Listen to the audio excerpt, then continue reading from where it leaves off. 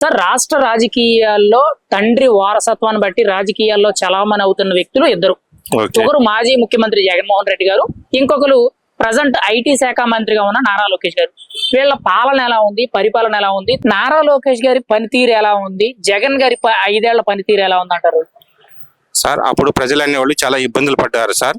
చాలా ఇబ్బందులు పడ్డారు. 5 సంవత్సరాల్లో కూడా గత మీరు పోల్చుకుంటే చెత్త పన్ను కానించి అట్లా అయ్యని చాలా అడిగారు. ఇప్పుడేమో మన లోకేష్ బాబు గారిది ఏమీ లేదు, అన్ని బాగుండయి. స్టాంపులు తీసుకెళ్లి దాంట్లో పెట్టమన్నారు. పాస్ పుస్తకాల మీద జగన్ ఫోటో వచ్చింది. ఇప్పుడు మన చంద్రబాబు గారు కూటమి నాయకత్వం ఏమి లేకుండా మన సింబల్ వేసి పాస్ పుస్తకాలు కూడా అన్ని విధాల్లో వచ్చేస్తున్నాయి.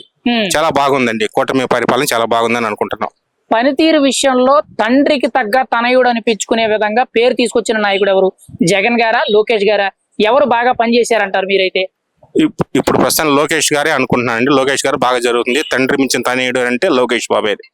ఎందుకని అంటే లోకేష్ బాబు గారు పనితీరు కానీ, మాట కానీ, అతను పలకరించే విధానం కానీ చాలా బాగుంది. చాలా అని మేము అనుకుంటున్నామండి.